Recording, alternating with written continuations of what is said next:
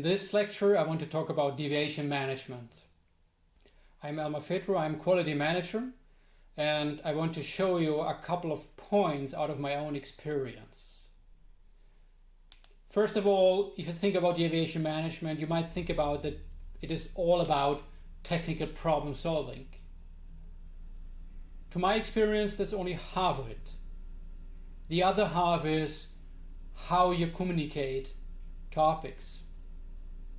Let me share you why. Here, I had a case, for example, where the failure rate of our product went stable for a long time. So the product quality was good on a certain level. However, at one point in time, the customer called and complained about a sudden increase of the failure rates. Now, what to do now in that case? Yes, of course, you want to do actions to understand the problem, and of course you want to do actions which are correcting the product quality the right way. So now, how to do that? Let me share you now the established methodology, which is the 8D. The 8D disciplines, the 8 disciplines walking you through a process solving technical issues, technical deviations very effectively. The first discipline is that you grab a team, that you form a team which enables you to understand the problem in more detail and which also enables you to install actions on your company side. You see here, for forming a team, you already require some good communication skills. The second discipline would be then understand the problem in a good detailed way. This is very tricky as it requires a very good channel to your customer who is able to give you information on the questions you have. Questions like why, when, what, and so on. The third step, the third discipline would be then install containment actions. Containment actions are any actions which supposed to improve the situation based on symptoms or on assumptions. Those actions helps you a lot to gain trust and sympathy on customer side. The fourth discipline is then what you might think about. It is the technical debugging. It is finding the root cause, the technical root cause. For finding the root cause, you need a lot of time. As you do extensive failure analysis, you might do correlation of your production controls and all different sorts of things. Once you have found the root cause, it enables you to switch it off. So that is the corrective action actually. Nevertheless, in reality, you find a lot of different possibilities technically to improve things. The question is now, which one do you select?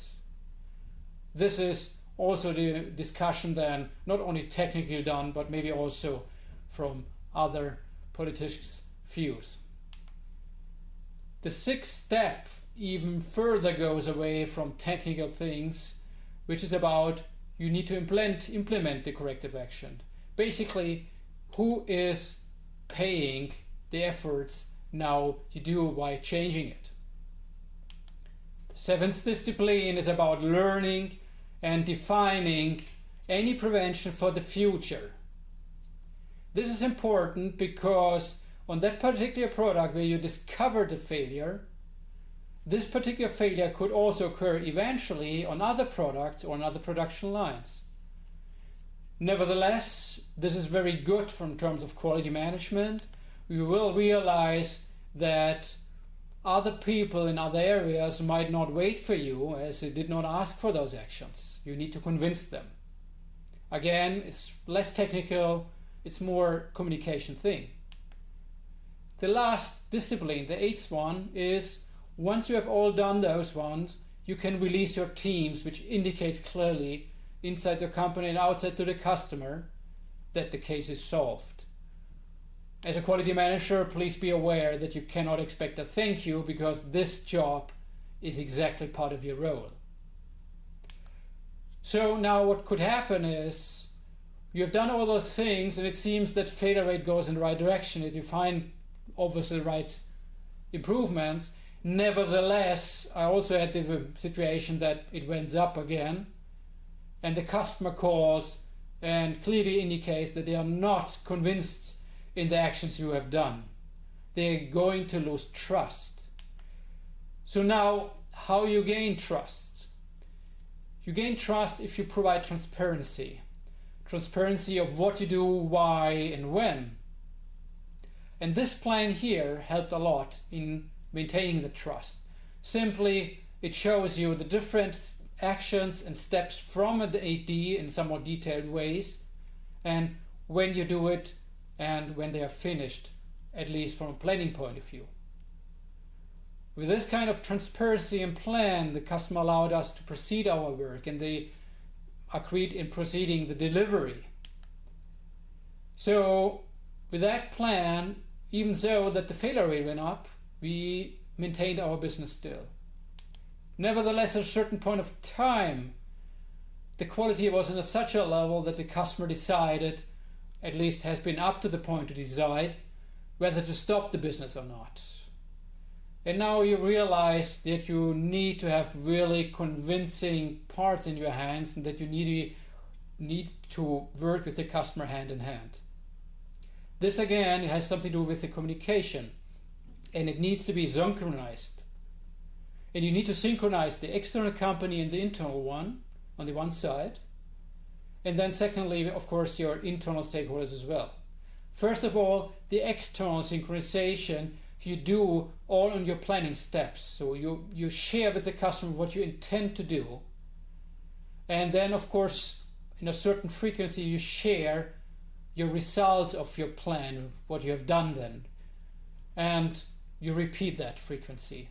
We have done it in a frequency now, in that case, every second day in a task force modus, allowing us to have one day in between to go for the doings, for the acting parts. So the internal parts as well needs to be synchronized, because all the different steps you can see here are also AD related steps, are eventually located within different teams. So you can synchronize over the different time slots, over the different topics, which allows you to manage a very consistent information flow. This consistent information flow enables you to gain trust on customer side and on management side, on your own one. So in that case, we got more time, and finally we found the right root cause and we found the right corrective actions.